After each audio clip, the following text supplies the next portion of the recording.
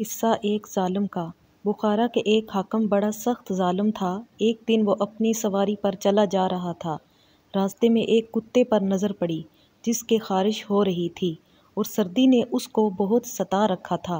उस जालिम की उस पर निगाह पड़ते ही आंखों में आंसू भर आए और अपने एक नौकर से कहा कि इस कुत्ते को मेरे घर ले जाए, मेरे आने तक इसका ख्याल रखना। ये कहकर वो अपने काम जहाँ जा रहा था चला गया। जब वापस आया तो उस कुत्ते को मंगाया और घर के एक कोना में उसको बंधवा दिया।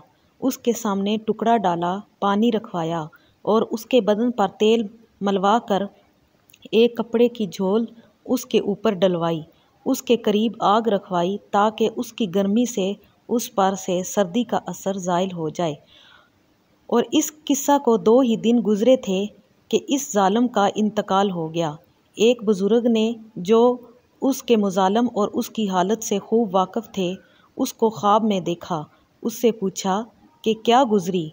उसने कहा, हक ताला शान ने मुझे अपने सामने खड़ा किया और फरमाया कि तू कुत्ता था, यानी कुत्तू जैसे काम करता था, इंसानों जैसे काम नहीं करता था, इसलिए हमने भी एक कुत्ते ही को तुझको दे दिया, यानी उस खारशी कुत्ते के तुफैल तेरी बख्शिश कर दी और मेरे ज़िम्मे जो हकूक़ थे उनका खुद अदा करने का इरादा फरमाया।